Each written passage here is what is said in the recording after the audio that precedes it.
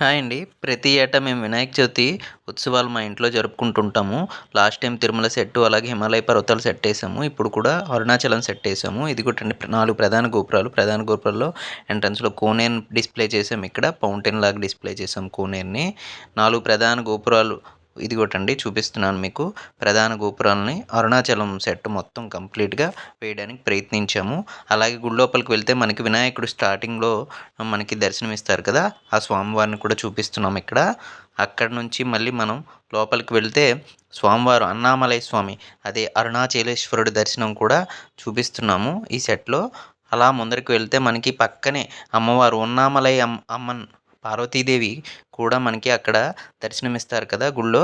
So, same అదే విధంగా మేమిక్కడ display చేయడం జరిగింది. అక్కడ ఎదురుగుండా మనకి స్వామివారి ఎదురుగుండా మనకి పెద్ద నందీశ్వరుడు ఉంటాడు కదా! ఆ నందిని కూడా ఇక్కడ గుళ్ళో చూపించడం జరిగింది ఈ సెట్‌లో. సో, మొత్తం మీకు చూపించింది ఏంటంటే ఇది మొత్తం అరుణాచలం మనము సెట్ మొత్తం చూపించాము. కొండ దగ్గర ఉన్న 18 గుళ్ళు కాకుండా టెంపుల్ దగ్గర ఉన్న సెట్ మొత్తం చూపించాము. మేమేంటంటే ఈసారి వినాయకుడిని నాట్య గణపతిని పెట్టాము ఇక్కడ. నాట్య గణపతిని ఇక్కడ డిస్‌ప్లే చేయడం జరిగింది ఈసారి వినాయకుడిని. చూడండి చాలా బావుంటారు స్వామివారు. స్వామివారి దర్శనం కూడా మీరు కూడా తీసుకోండి. ఆ వినాయకుడు మీ అందరికీ ఆయురారోగ్యాలను ఇవ్వాలని కూడా నేను మనస్ఫూర్తిగా పూజిస్తున్నాను, కోరుకుంటున్నాను. చూడండి స్వామివారి దర్శనం చాలా బావుంటుంది. అండ్ మేము వేసిన సెట్ ఓవర్ వ్యూ కూడా మీకు చూపిస్తున్నాను. చూడండి చాలా బావుంటుంది. అండ్ ఇక్కడ మీరు చూస్తే ఆ సెట్ వేయడానికి మాకు 4 రోజులు పట్టిందండి.